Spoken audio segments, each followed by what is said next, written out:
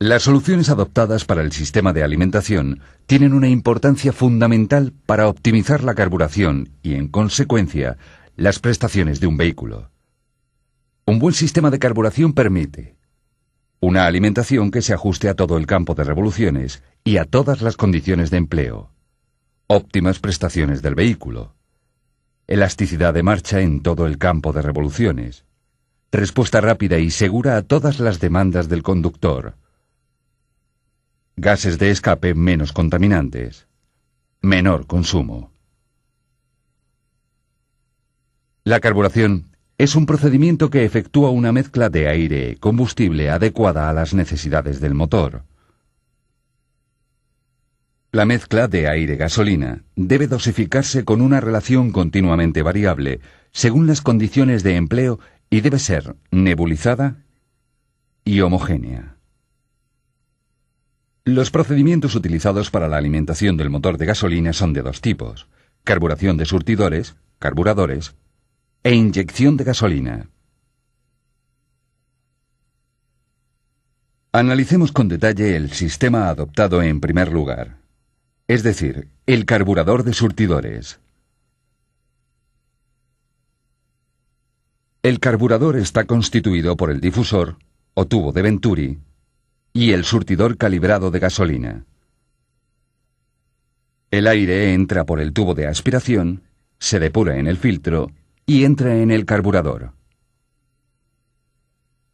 En relación al tubo de Venturi, de diámetro menor, se produce un aumento de la velocidad del aire que genera una depresión, y ésta origina una salida de combustible por el surtidor. La diferencia de velocidad entre gasolina y aire provoca el fraccionamiento del combustible en gotas de diámetro pequeño, pulverización, y favorece su nebulización y evaporación. Sin embargo, la evaporación se produce principalmente en el tramo entre el surtidor y el cilindro, es decir, a lo largo del conducto, y se ve influida por otros factores como la depresión, la turbulencia y la temperatura. La nebulización y posterior evaporación contribuyen a la formación de la mezcla de aire-gasolina. Por medio de experimentos en laboratorios, se ha visto que para quemar totalmente una parte de gasolina hacen falta 15 partes en peso de aire. Por tanto, solo con esta relación se aprovecha todo el combustible. Pero esta relación ideal no se cumple en la práctica. Básicamente sirve como referencia para definir qué es una mezcla rica y qué una mezcla pobre. A las mezclas ricas les corresponden relaciones de dosificación menores que 15:1. A las mezclas pobres les corresponden relaciones de dosificación mayores que 15:1. El motor puede funcionar con valores de relación de dosificación entre 10:1 y 20:1.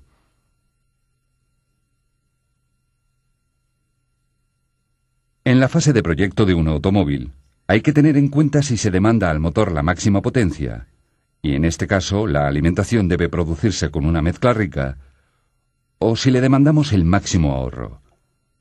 En este segundo caso, la alimentación debe producirse con una mezcla pobre.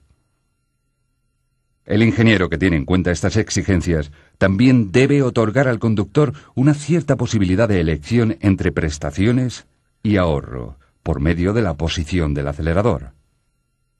Veamos ahora algunas situaciones reales de circulación y qué sucede desde el punto de vista de la carburación. Tomemos como ejemplo un vehículo que circula en quinta con mariposa constantemente abierta y que afronta gradualmente una pendiente. En llano, el vehículo con mariposa totalmente abierta funciona a 6.000 revoluciones por minuto. Al subir, siguiendo con la mariposa totalmente abierta, circula a 3.000 revoluciones por minuto debido al incremento de la carga de resistencia por la pendiente. Aun manteniendo constante la apertura de la mariposa, el número de revoluciones del motor desciende. En lo referente a la carburación con apertura de la mariposa constante, aun variando el número de revoluciones del motor, se mantiene prácticamente constante la relación de dosificación, pero varía, en cambio, la cantidad de mezcla. Veamos ahora el segundo ejemplo de circulación. El vehículo circula por una carretera llana en quinta a 4.000 revoluciones por minuto. La velocidad de crucero requiere una potencia reducida y podemos aprovechar una mezcla pobre para limitar el consumo. Si la pendiente de la calzada se incrementa y queremos mantener la misma velocidad, el motor deberá suministrar una potencia mayor. Para obtener una potencia mayor hay que incrementar la apertura de la mariposa y proporcionar al motor una mezcla más rica. En la conducción diaria, las situaciones más habituales son las determinadas por un cambio simultáneo de las fuerzas resistentes, de la apertura de la mariposa y del número de revoluciones del motor. En este caso, el motor necesita que la relación de dosificación varíe continuamente, pero que lo haga siempre entre la dosificación de potencia máxima y la dosificación de ahorro máximo. Para resistencias pequeñas y revoluciones bajas, el motor necesita una mezcla rica, de 10:1 hasta 12:1. La mezcla se empobrece gradualmente cuando pasa a condiciones medias de empleo y se enriquece de nuevo en condiciones de funcionamiento a alta velocidad y con cargas elevadas de resistencia. Las fuerzas resistentes, la apertura de la mariposa y el número de revoluciones del motor son los factores que determinan la demanda de dosificación en condiciones ambientales constantes. Pero en la práctica, las condiciones ambientales no son constantes y por tanto hay que alimentar al motor correctamente teniendo en cuenta también la temperatura y la presión atmosférica. En efecto, con temperaturas bajas el aire es más denso y por tanto el peso del aire aspirado es mayor.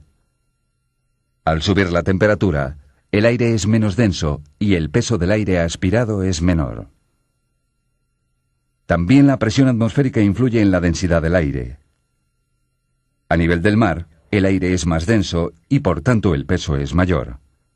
En cotas altas el aire es menos denso y el peso del mismo es menor.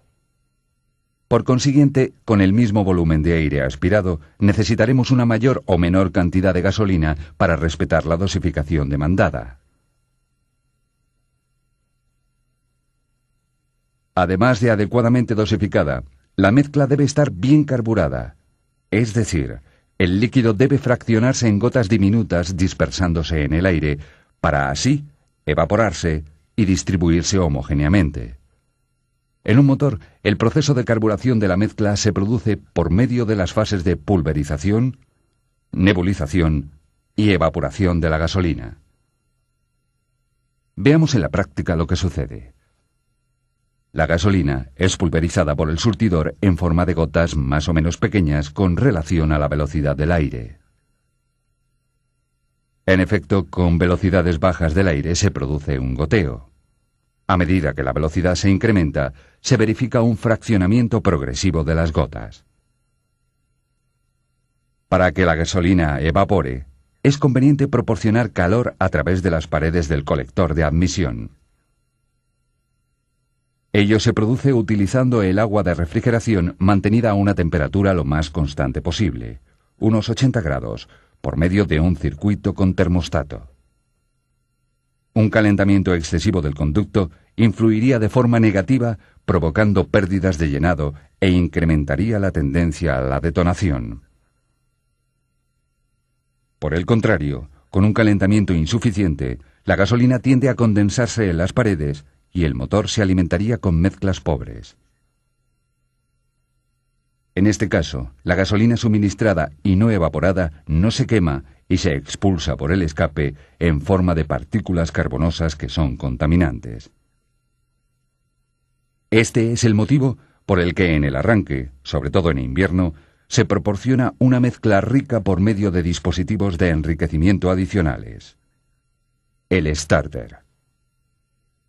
Resumiendo, los factores que rigen la pulverización, nebulización y evaporación de la mezcla de aire-gasolina son la velocidad del aire aspirado y la temperatura de los conductos. Existe además otro factor muy importante, la depresión en los conductos. Veamos cómo varía la depresión en los conductos de aspiración en función de las revoluciones del motor y de la apertura de la mariposa. Con la mariposa en posición de mínimo, la depresión es alta y proporcional al número de revoluciones del motor. Antes de la mariposa, los valores de presión son iguales a los valores de la presión atmosférica. A medida que la mariposa se abre, la depresión se propaga entre la mariposa y el estrechamiento del venturi. Con un número constante de revoluciones en el motor, la depresión en los conductos será tanto más modesta cuanto más abierta esté la mariposa. Con mariposa totalmente abierta, se instaura una presión en el interior del conducto muy parecida a la atmosférica. El valor de máxima de presión se realiza en correspondencia al venturi. Sabemos que la presión influye en la evaporación. Recordemos que a nivel del mar, el agua se evapora a un valor máximo de 100 grados. En cambio, en cotas altas, donde la presión es inferior, el agua hierve a temperaturas inferiores. Es sencillo comprender cómo, con las mismas temperaturas en los conductos de aspiración, la evaporación de la gasolina es tanto más completa y sencilla cuanto mayor es la depresión. Puesto que el valor de la presión depende del accionamiento de la mariposa, según cómo se utilice el pedal del acelerador, se pueden determinar variaciones imprevistas. Si se suelta de repente el acelerador, la mariposa se cierra y en los conductos de aspiración, después de la mariposa, se crea inmediatamente una fuerte depresión que provoca una rápida evaporación de toda la gasolina en estado líquido y en movimiento por las paredes de los conductos. Por tanto, tras el cierre de la mariposa, el motor aspira una mezcla muy rica con la consiguiente combustión incompleta. Por el contrario, si se acelera de repente, la mariposa se abre bruscamente y se instaura en todo el sistema de alimentación una presión prácticamente igual a la atmosférica. La mezcla deja condensar gran parte de los vapores de gasolina que se depositan en las paredes. Justo cuando el motor necesita de una mezcla rica para obtener toda la potencia necesaria para la aceleración, es alimentado con una mezcla pobre. Para hacer frente a este inconveniente, la práctica totalidad de los carburadores modernos dispone de un dispositivo de enriquecimiento, la bomba de aceleración. Por último, hay un cuarto factor que determina la homogeneidad y la estabilidad de la mezcla en los conductos y en los cilindros: la turbulencia. El aire, entrando en los conductos con una cierta velocidad y con un movimiento de remolino, impide la estratificación del combustible, mejorando la evaporación y reduciendo las partes no quemadas con un menor derroche y una menor contaminación. En cambio, una turbulencia excesiva provoca pérdidas de carga, lo que implica un menor llenado de los cilindros con la consiguiente reducción de la potencia. En resumen, en el caso de alimentación por medio de carburadores, el carburador es el único responsable de la cantidad de gasolina suministrada. En lo concerniente a la calidad de la mezcla, lo es en cambio en mínima parte, puesto que la carburación se realiza sobre todo en los conductos de alimentación y en la cámara de combustión.